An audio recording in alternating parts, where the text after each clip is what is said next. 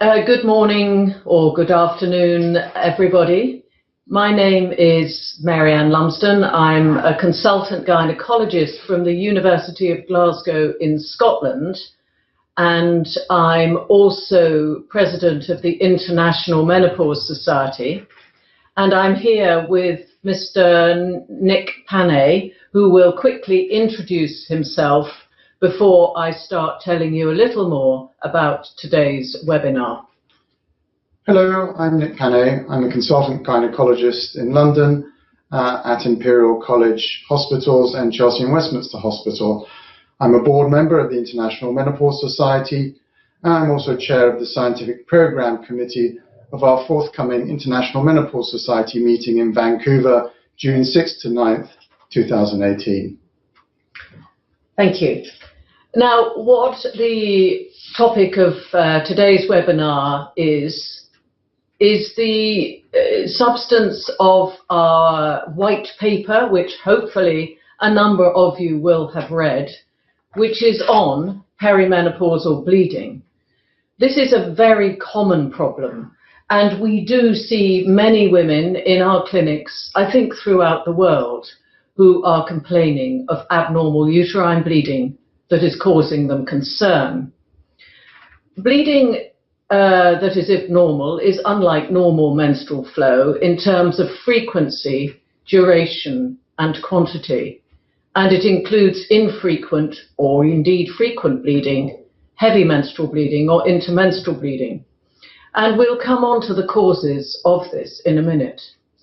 And as I mentioned, it is a leading cause for gynecological and indeed general practice consultations throughout the world. Now, I think you can divide abnormal uterine bleeding into two distinct areas, particularly when you're talking about heavy menstrual bleeding. Ovulatory bleeding does occur in women, and it will be typically heavy and may be associated with premenstrual symptoms, but is rarely associated with other significant bleeding problems.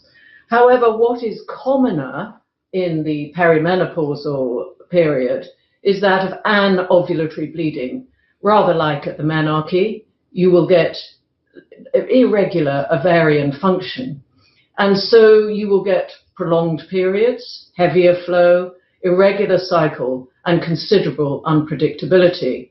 And it is often this that frightens women, although it is incredibly common and probably occurs in up to 80 or indeed 90% of perimenopausal women.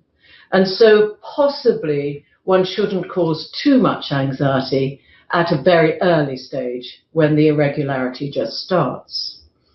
Now, there are some conditions where anovulation may have been present for many, many years, and so there is unopposed estrogen stimulation of the endometrium. And this, of course, will predispose to endometrial cancer and endometrial hyperplasia. One has to say this is rare in premenopausal women, but it's something we need to look out for, and particularly in women with something like polycystic ovarian syndrome or obesity, getting commoner and commoner by the day. Now, I suspect most of you will be aware of the causes. These are due to the hormonal changes that I have just mentioned. And then there are the benign anatomical changes such as polyps, fibroids, adenomyosis, and then poor thyroid function and other medical conditions such as coagulopathies.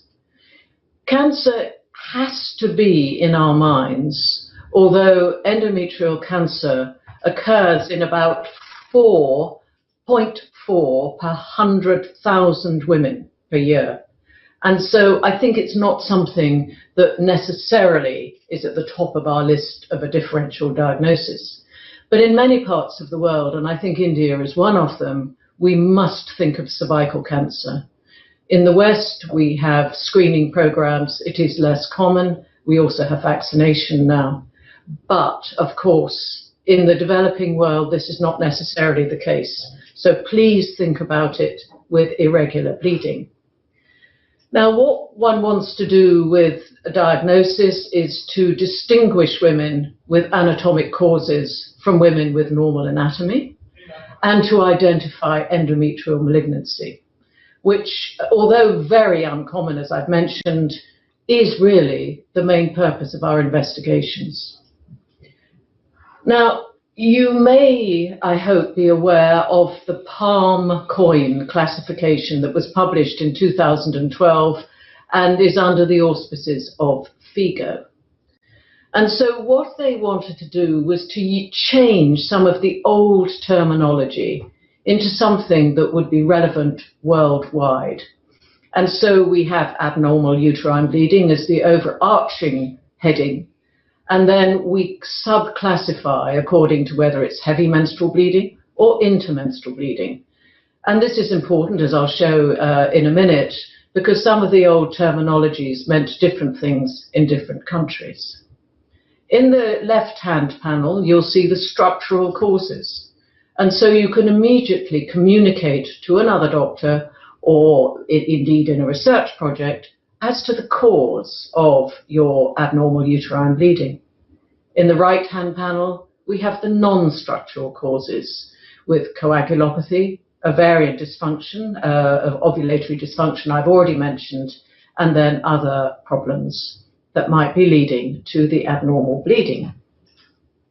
And in this slide, you will be able to see what our old classification was, and I cannot tell you how many people still use the term menorrhagia, but we are hoping that it will become outmoded around the world soon. And then on the right is the classification that we should be using in order to communicate the problem to our colleagues and indeed to the patients. So how do we assess it? We need to work out what the diagnosis is. We should be able to do that on every patient, and then we should be able to offer successful treatment on every patient. And so general assessment will be history and bleeding pattern, with physical, pelvic, and as I mentioned, speculum examination to visualize the cervix.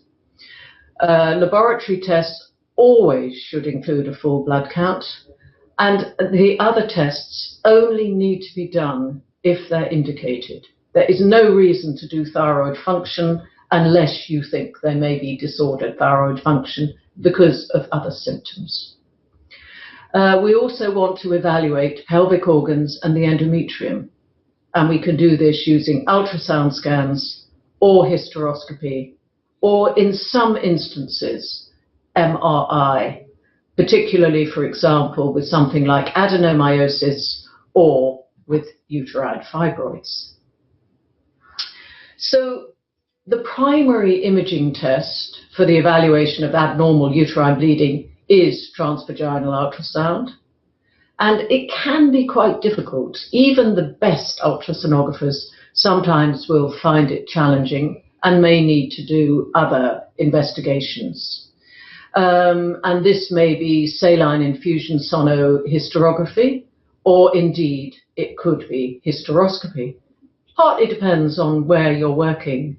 In the UK, for example, we do a lot of hysteroscopy using mini hysteroscopes in an outpatient setting, and we find it invaluable for visualizing local pathology such as polyps or fibroids. And overall, we do find that it's successful in probably up to 80%, but some women who find it either very painful or just you can't do it for another reason will need an inpatient procedure. Now, endometrial sampling is slightly contentious.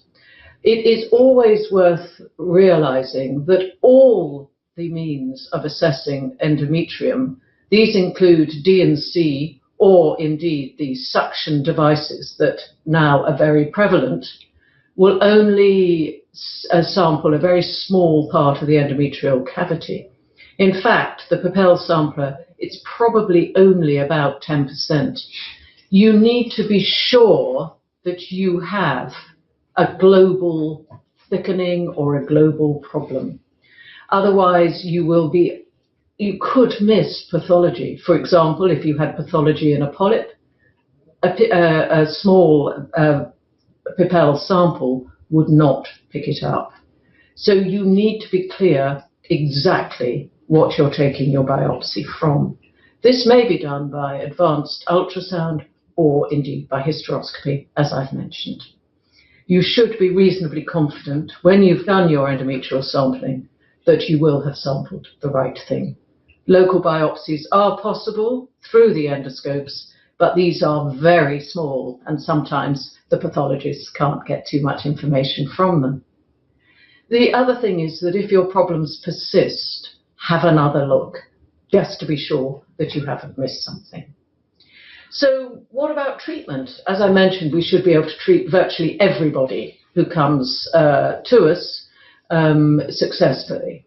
And what we want to do is to improve quality of life, because this is a quality of life issue. We have pharmacological approaches, which may be hormonal or non-hormonal.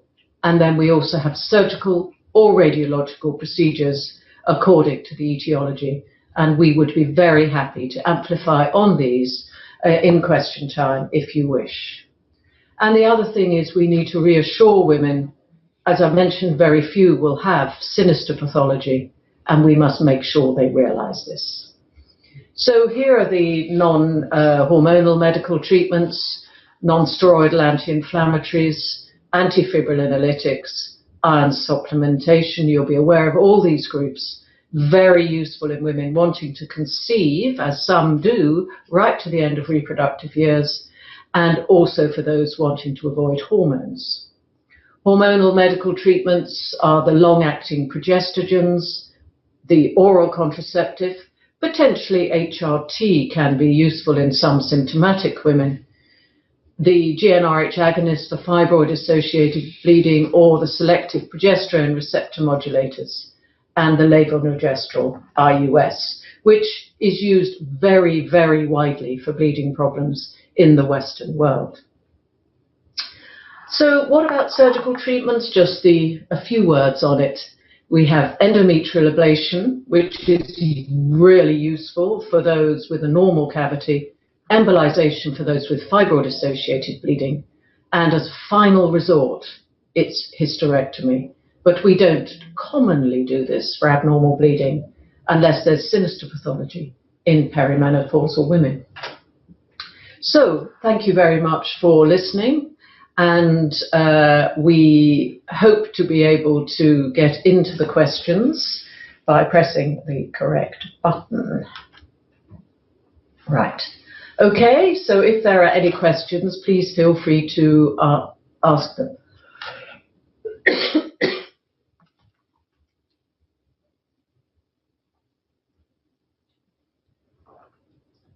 Are there any questions?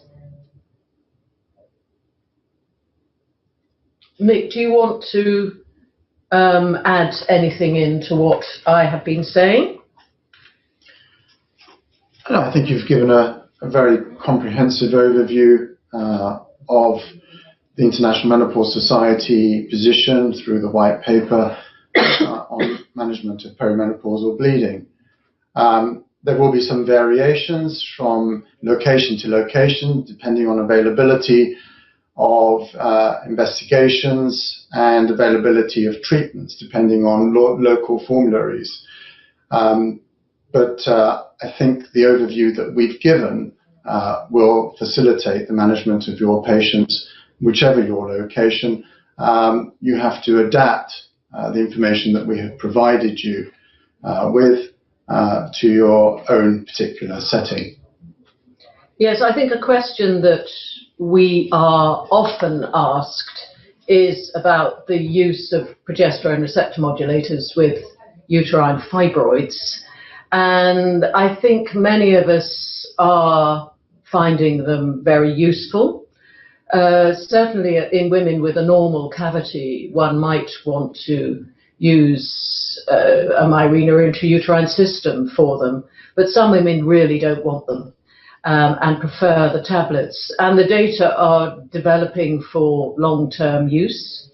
And so I think there are more options for women now with fibroids and bleeding problems in general who really don't want surgery. Yes.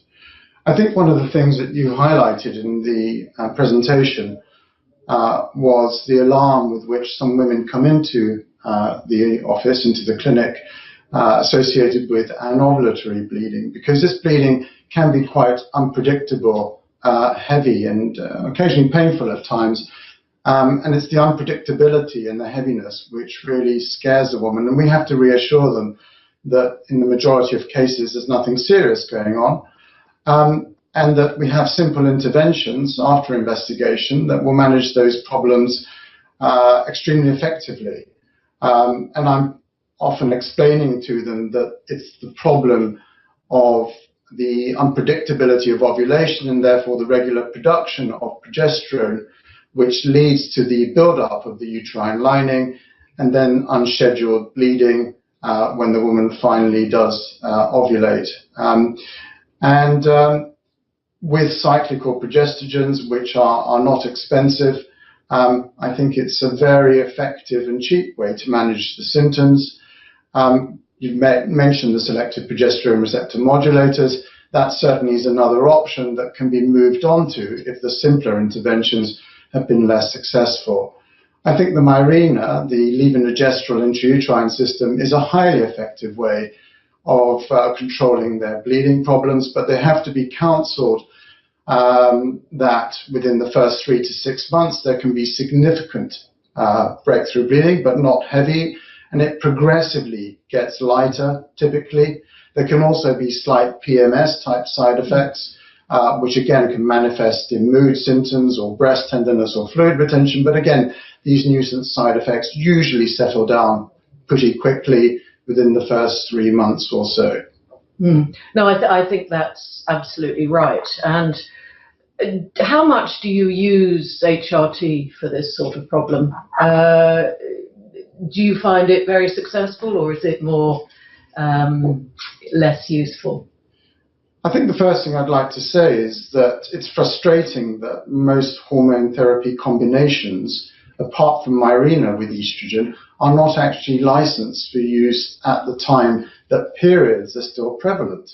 And that's frustrating because women who present with these bleeding problems often do have concomitant vasomotor symptoms, hot flushes, sweats, difficulty with sleep, etc., etc.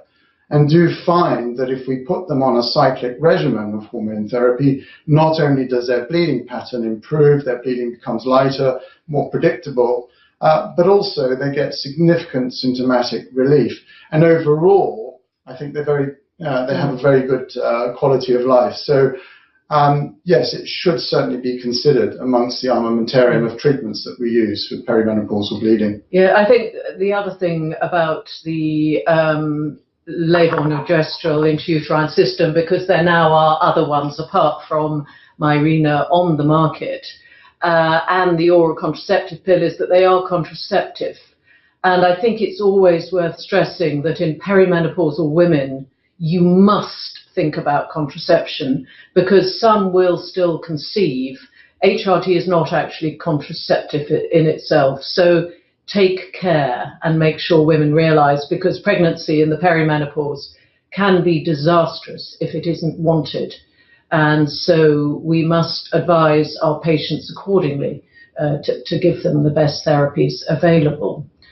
But I think for us, and we see more and more women in our practice, and I think this is true for both of us, that we should be able to get a satisfactory resolution to the problems. Sometimes the first treatment doesn't work, and we have to admit it, and there is a failure rate with intrauterine systems of around 25%, with the endometrial ablation techniques of around 25%, and these women may need further treatment of a different type. So I think it is a question of keeping an eye on how things are progressing and inviting women to come back. Absolutely. I think it's so important that women are adequately counselled when they first arrive, so that they understand what the full range of potential treatments is, so that it doesn't come as a surprise to them if we move on from non-hormonal to hormonal and then possibly even surgical interventions if the non-hormonal and hormonal interventions have not been successful. And it has to be said that the ablative procedures, both the first generation resection and rollerball ablation, but also the more modern second generation techniques, are highly effective at controlling bleeding problems, with satisfaction ranges up to 90%. There are some women that continue to have breakthrough bleeding and spotting, and at that point it may be necessary to consider surgery with a hysterectomy, but again, there have been such advances with laparoscopic procedures now that hysterectomies are associated with much quicker recovery times and should not be feared by women. But certainly they need to be counselled that there are many options available before hysterectomy has to be done. Yes, I think this is right. Certainly the laparoscopic hysterectomy does have a very good recovery time. There is still a significant complication rate. It's small, but it is there. And so I think most women would prefer to avoid it as a first line unless they're really desperate to have cessation of their problems. And also it depends on the woman how high risk they will be. But the other thing I think may be worth mentioning is that endometrial ablation now can be done under local anaesthetic, again in the clinic, in the well-selected patient. It's a bit uncomfortable, although quite quick. And so some patients will tolerate it extremely well, and it saves them even having a few hours in hospital. So that is an advantage. Yes, like you, I run an office hysteroscopy setting, and in that setting we can offer not only diagnosis with hysteroscopy but also treatment of small polyps and fibroids. But I think it is about case selection. I think women who perhaps would find these procedures embarrassing or uncomfortable should be offered the opportunity to have a general anaesthetic. But for those women who are motivated to have an outpatient procedure which includes treatment, I think that's a very great asset to be able to offer them. Clearly that's not universally available, but I think the opportunity for that is increasing. And I think, going back to the investigation, that it is getting easier to make a good diagnosis because of the improvement in equipment. Ultrasound equipment gives better and better images. For those of us who've been scanning for a long time, you can see so much more than you could 20 years ago on a scan. And the same is true of a hysteroscope. The technology has got a lot better. And so it does give you more confidence, to be sure. But I think something that's emphasized in the Palm Coin publications is that you still need to think carefully, because although you may have a structural change, such as a fibroid, you may also have coexistent pathology of other types. So one has to take a careful history and look at the woman in totality so that you don't miss other things, which is easy to do in the presence of something like fibroids or adenomyosis or a condition like that. You might miss endometrial pathology, so you still need the endometrial assessment, however you are going to do that. Absolutely. You've been involved in a study involving uterine artery embolization for fibroids and comparing that to surgical options. Yeah. I think the audience perhaps would be interested to hear a little bit about that. We are about to publish the results which are being assessed at the moment. We compared myomectomy and uterine artery embolization for women with fibroids who wanted to retain fertility. We won't get much in the way of fertility outcomes. The trial is too small and you need several thousand women to do that. But we will get a lot of useful information about embolization, which I think we probably have, and myomectomy, which we don't have. There is very little good data that indicates what the effect of myomectomy on menstrual disorders is, with the exception of hysteroscopic myomectomy. And so I'm very much looking forward to getting that information. And also we have studied the impact of embolization on ovarian function, for example, because there's a lot of concern about that, although in our experience, problems with ovarian function are extremely rare in women under 40. And it's in women over 45 where we have found our problems with ovarian failure resulting from embolization.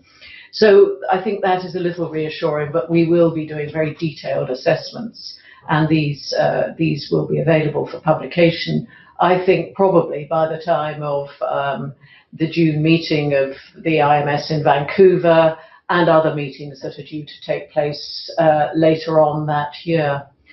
So I will enjoy communicating those with people. So I think probably, if there are no questions, perhaps we should draw this to a close.